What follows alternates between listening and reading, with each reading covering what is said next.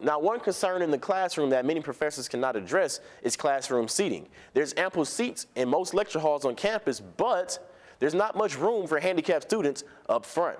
Now, most electronic clocks will switch on their own, such as your cell phone, television, and laptop. But remember to switch the hour back on things such as your watch, your microwave, and even in your car. Now we're in the lame duck season, the transition phase between the last election and the next legislature in office.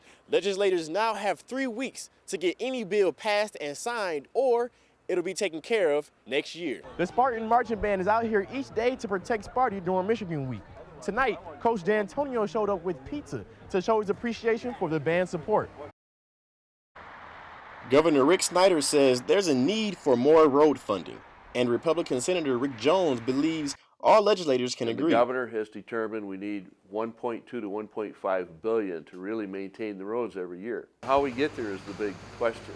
Republicans passed a bipartisan bill 23-14, with 10 Democrats supporting a gas tax increase. If passed in the House, the bill would replace the 19-cent per gallon tax on regular fuel beginning April 1st. But some drivers say they are okay with the tax hike as long as the money is spent accordingly. But the most important thing is we want to know we're getting a bang for our buck, so we're not driving down any road here in Michigan and still finding the gigantic potholes. I want to see that it's going to be dedicated to that, not buried somewhere in the back of the bill. Now we're in the lame duck season, the transition phase between the last election and the next legislature in office. Legislators now have 3 weeks to get any bill passed and signed, or it'll be taken care of next year. It isn't clear when the House would consider the bill, but Democrats have negotiated to discuss restoring cuts to Michigan's homestead property tax to go with a gas tax. If it's not done in those 3 weeks, we adjourn, we go home, and nothing happens, and we have to come back in January and start all over again. It must be passed and signed to expect construction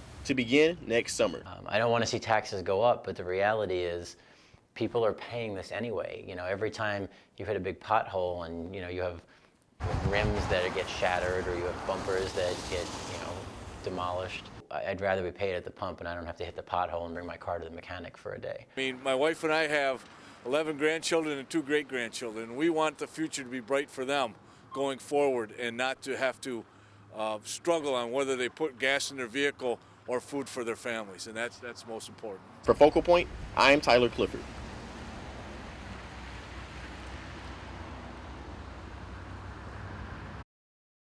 You know what it's called when we change our clocks, right? For me, it's just daylight savings. I believe it's savings time, I think. Everyone pretty much savings, right? has an idea Savings. what Isn't it so it is. compensates for the lack of sunlight or something? Daylight save. You sure? Even though almost everyone says it wrong. I mean, it doesn't matter to me as long as I'm getting the message across. Well, it's daylight saving time, and many countries practice it, advancing time by an hour in the spring and returning back an hour to standard time in the fall. The good news is that it adds an hour of sleep in the fall, even though the time change at 2 a.m. sometimes causes mixed feelings. I was excited about it. Freaked me out a little bit. But it costs 1 hour of sleep in spring, which can come with health risk. My concern as a sleep specialist is sleep deprivation, because that 1 hour of sleep deprivation causing a lots of problems with mood changes. At sleep clinics like this one in Okemos, people spend the night hooked up to sensors that record their sleep patterns. Recording different stuff, and that box is connected to the main computer. A sleep pattern is synchronized on a 24-hour cycle, regulated by light. Daylight saving time, it pushes us out of sync, but it takes few days and, we will go back to our cycle. It is like same jet lag effect. In spring, we traveling eastward, and in fall, we travel to westward. Now, most electronic clocks will switch on their own, such as your cell phone, television, and laptop. But remember to switch the hour back on things such as your watch, your microwave, and even in your car. Dr. Mamadov is concerned with how the spring change may affect people's Monday commute to work.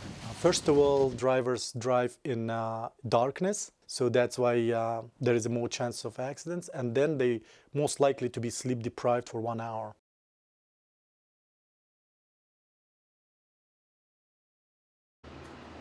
Meet Katie. My major is advertising. She's diagnosed with cerebral palsy. I was born 13 weeks early. Yeah, I was 2 pounds. She came to MSU because of the accessibility of campus for students with disabilities. The last college I went to, there was only one accessible restroom on campus. Michael Hudson is director of the Resource Center for Persons with Disabilities, which serves a small population on campus. We've registered about 3% of the students, slightly over 3.1%. 1,532 students worked with our office last year. It advocates for accommodations for disabled students, especially those that are not so obvious, such as problems with health, mental, and vision. That's perfect. Yeah. Disabilities are situations in your life that affect major life activities. So the easy ones to understand are seeing, hearing, walking, moving. But there's a lot of other things that can happen for people. Some of those hidden disabilities like chronic health. And most faculty like engineering professor Dr. Rechtenwald does not see many students with disabilities in his classes. As a general whole, most of the time I deal with a disability, I'm getting a note from the Center for Disabilities. And so it's something usually related to test anxiety or perhaps font size, things like that, that are easy to accommodate.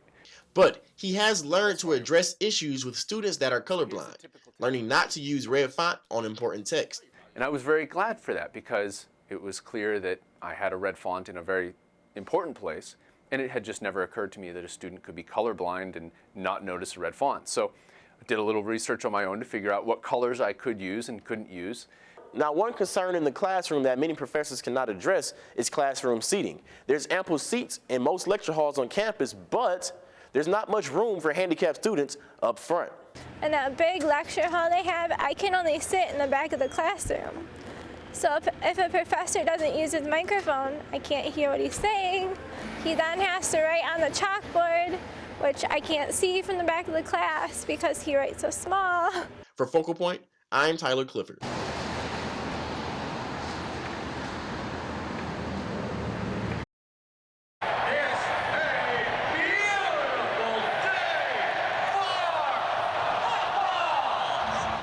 Michigan State, Nebraska. Everyone knew it was a big game for primetime national TV. Early in the game, the points kept growing for MSU, while the temperature and occasional rain kept falling. And as the Spartans took a lengthy lead, the student section started to empty out. Nebraska's offense caught fire, leaving Coach D'Antonio disappointed. We needed it to be loud there, and it's a big football game. And athletic director Mark Hollis tweeted his embarrassment. It just was so glaring. It was an empty vacuum of space. Spartan alum Mary Humphreys was watching from home and felt embarrassed. Well, we knew it was the student section, but the commentators were pointing out that the students were leaving as the game went on. But no one knew why the students were leaving.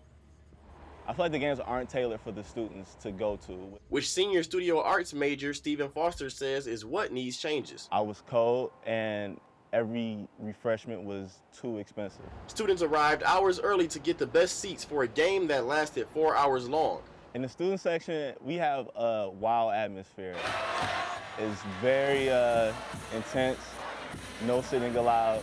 I do feel guilty for leaving in a way after the fact, but I do wish that the games were more feasible for me and other students to go to. Mark Hollis and students can both agree that there are concerns with student seating at Spartan football games. Now Hollis wants to work with students to fix those issues and make the Spartan experience that much better. I've been concerned about our student section and what we're doing as an athletic department to serve our students the best way possible. Hollis has taken note of Twitter responses and has plans to meet with students.